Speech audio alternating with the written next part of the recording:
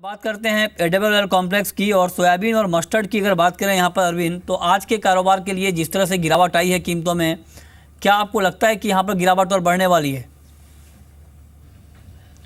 देखिए, सोयाबीन और मस्टर्ड दोनों का बात करेंगे तो मेरे ख्याल से स्पेशली मस्टर्ड का फंडामेंटल अभी भी बुलिश है। और आज जो थोड़ा बहुत प्राइस करेक्शन देखने को मिल रहा है, मेरे ख्याल से एक प्रॉफिट बुकिंग है। लेकिन शॉर्ट टर्म सिनेरियो में अगर मुझे लगता है कि मस्टर्ड में अभी भी तेजी आने का उम्मीद कर सकते हैं। इनफैक्ट पिछले 1-2 हफ्ते से कंटिन्यूसली प्राइस रैली हो रहा है, उसके चलते हुए थोड़ा बहुत प्राइस करेक्शन आज देखने को मिल रहा है। लेकिन अगर ओवरऑल फंडामेंटल पर्सपेक्टिव से अगर देखेंगे तो मेरे ख्याल से मस्टर्ड सीड में अभी भी पोटेंशियल है, तो बाय ऑन डिप्स एक हो सकता है।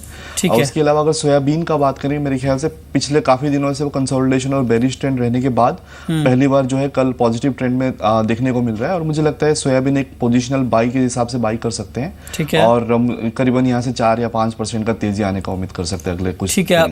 आपका comment Vinita Advani, edible oil complex पे क्या होगा? क्या आपको भी लगता है कि यहाँ पर कुछ बिकवाली करके चलना बेहतर है? मुझे लगता है मस्टर्ड में डेफिनेटली और बाइंग मोमेंटम जारी रहना चाहिए। जिस हिसाब से फंडामेंटल्स बहुत स्ट्रॉन्ग है, डिमांड जो है स्पॉट में पिकल मैन्युफैक्चरर्स मस्टर्ड ऑयल वगैरह के, तो वो अभी भी ट्रेंड को बहुत ही पॉजिटिव ज़रूर रखेंगी।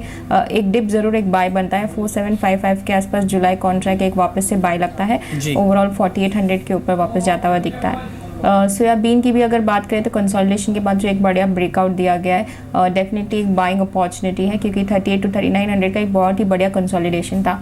3970 के आसपास वापस प्राइस सस्टेन होती हुई दिखती है, तो इसमें वापस एक बाय बनता है 4050 ओवरऑल टारगेट्स के लिए। ठीक है। अब बात कर लेते हैं गोल्ड की, और गोल्ड की कीमतों में मुनाफा वसूली आई है MCX पर।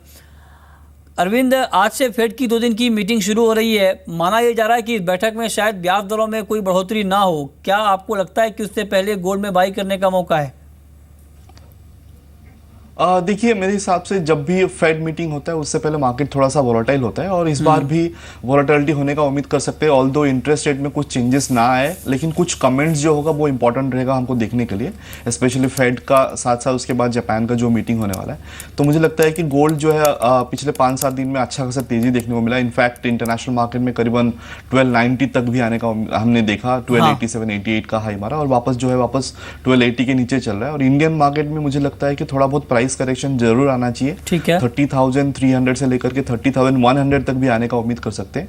तो करंट लेवल पे बाइंग का सलाह नहीं दूंगा। मुझे लगता है करीबन 100 से 150 रुपया करेक्शन आने का उम्मीद कर सकते हैं अहेड ऑफ फेड मीटिंग। मुझे लगता है जब ये 30,000 के आसपास या 30,050 के आसपास अगस्त कॉन्ट्रैक्ट देखने को मिलेगा, तभी जाकर के बाई कर सकते हैं गोल्ड में। और सेम सिनेरियो मुझे लगता है सिल्वर में भी बाई ऑन डिप्स करना एक बेटर स्ट्रैटेजी हो सकता है, और थोड़ा सा प्रॉपर स्टॉप लॉस लगा के ट्रेड करना चाहिए। ठीक है। क्रूड के ऊपर आपका कमेंट क्या होगा? क्रूड में लगातार 2 दिन से दबाव देखने को मिल रहा है, क्योंकि ग्लोबल मार्केट में क्रूड की सप्लाई बढ़ने की संभावना है। US में उत्पादन बढ़ने के संकेत मिले हैं। क्या ये माना जाए कि क्रूड में अभी दबाव ही रहने वाला है? जी हाँ, मेरे ख्याल से जैसे WTI देखें या ब्रेंट क्रूड ऑयल देखें, $50 के ऊपर मार्केट जो है सस्टेन नहीं कर रहा है। एक साइकोलॉजिकल बैरियर हो गया, और वहाँ से मार्केट जो है थोड़ा सॉफ्ट होते हुए धीरे धीरे प्राइस करेक्शन हो रहा है, और अभी $48 के आसपास चल रहा है। मुझे लगता है उसका रिफ्लेक्शन एग्जैक्टली इंडियन मार्केट में देखने को मिल रहा है। इनफैक्ट मुझे लगता है कि क्रूड ऑयल में अगले 5-6 ट्रेडिंग सेशन के लिए एक प्रॉपर बेरिश ट्रेंड मेंटेन कर सकता है। और इंडियन मार्केट के हिसाब से अगर कॉल देखें तो मेरे ख्याल से 3280 3300 के आसपास अगर जून कॉन्ट्रैक्ट क्रूड ऑयल मिलता है तो उसको स्ट्रिक्टली सेल कर सकते हैं, और 3200 का टारगेट रख सकते हैं, और स्टॉप लॉस जो है 3340 के ऊपर मेंटेन करेंगे। मुझे लगता है कि $50 से मार्केट जिस हिसाब से करेक्शन मोड पे भी आ रहा है, वो करीबन और $2 या $3 नीचे आने का उम्मीद कर सकते हैं। तो लेकिन अरविंद, एक खबर आई है क्रूड के ऊपर कि चीन में कच्चे तेल का जो उत्पादन है वह 15 साल में सबसे कम है। इस खबर का क्या इम्पैक्ट आप देख रहे हैं? देखिए, ध्यान देना कि चाइना में जितना ऑयल प्रोडक्शन होता है वो ग्लोबल मार्केट में कितना परसेंटेज शेयर कंट्रीब्यूट करता है। मेरे ख्याल से फिलहाल ये इस तरह का न्यूज़, चाइना का प्रोडक्शन जो होता है, because they are the net importer of crude oil, और उनका ओन प्रोडक्शन जो कम हो गया है, मेरे ख्याल से उससे ग्लोबल मार्केट में कुछ ज़्यादा इम्पैक्ट ना पड़े, क्योंकि China being one of the largest consumers of oil in the world, तो मेरे ख्याल से उसका न्यूज़ से कुछ खास इम्पैक्ट नहीं होना चाहिए। और जिस हिसाब से अभी सप्लाई US से बढ़ रहा है या कनाडा से बढ़ रहा है, या बाकी ओपेक कंट्रीज़ या नॉन ओपेक कंट्रीज़ में सप्लाई नंबर बढ़ते आ रहे हैं, मेरे ख्याल से उसके चलते हुए मार्केट में ज़्यादा नेगेटिविटी मेंटेन हो रहा है, और उस फैक्टर को ज़्यादा इंपॉर्टेंस देना चाहिए चाहिए, ना कि वो चाइना का सप्लाई नंबर कम होना। मेरे ख्याल से कुछ खास इम्पैक्ट नहीं आना चाहिए। ठीक है, नेचुरल गैस पर आपका कमेंट क्या है अरविंद? देखिए, नेचुरल गैस मेरे ख्याल से यूएस मार्केट को देखते हुए मेरे ख्याल से डिमांड थोड़ा बहुत इम्प्रूव हुआ है, और पिछले 2-3 हफ्ते से मार्केट जो है कंटिन्यूसली ऊपर चलते हुए जा रहा है, और करीबन इंटरनेशनल मार्केट में मोर देन $2.2 के ऊपर चल रहा है। उसको जब हम ट्रांसलेट करते हैं इंडियन मार्केट में, करीबन 170 रुपया तक भी देखने को मिल रहा है।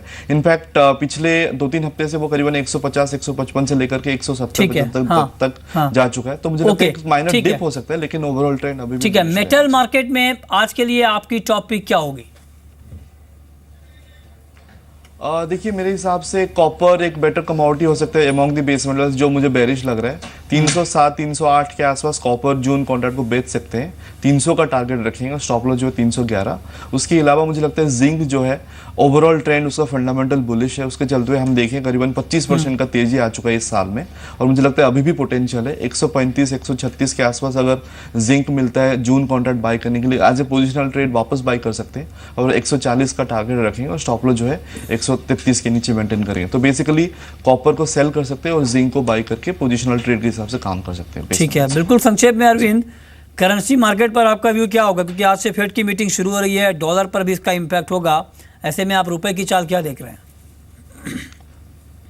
स्पॉट रुपी जब हम देख रहे थे 67.14 67.15 के आसपास चल रहा था, और मुझे लगता है कि थोड़ा वॉलेटिलिटी होने का उम्मीद कर सकते हैं ahead of the meeting. But then overall tone जो है मुझे लगता है करीबन एक 10 से 15 पैसा डेप्रिसिएशन टोन पे अगेंस्ट द डॉलर ट्रेड होने का उम्मीद कर सकते हैं। तो बेसिकली 67.30 तक आने का उम्मीद कर सकते हैं रुपी यूएसडी स्पॉट। और अब वक्त है रैपिड फायर राउंड।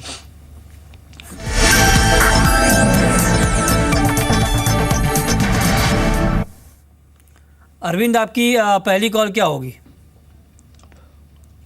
सोयाबीन जुलाई को बाय करेंगे 3960, थोड़ा सा डिप करंट भाव से, और 4040 का टारगेट रखेंगे।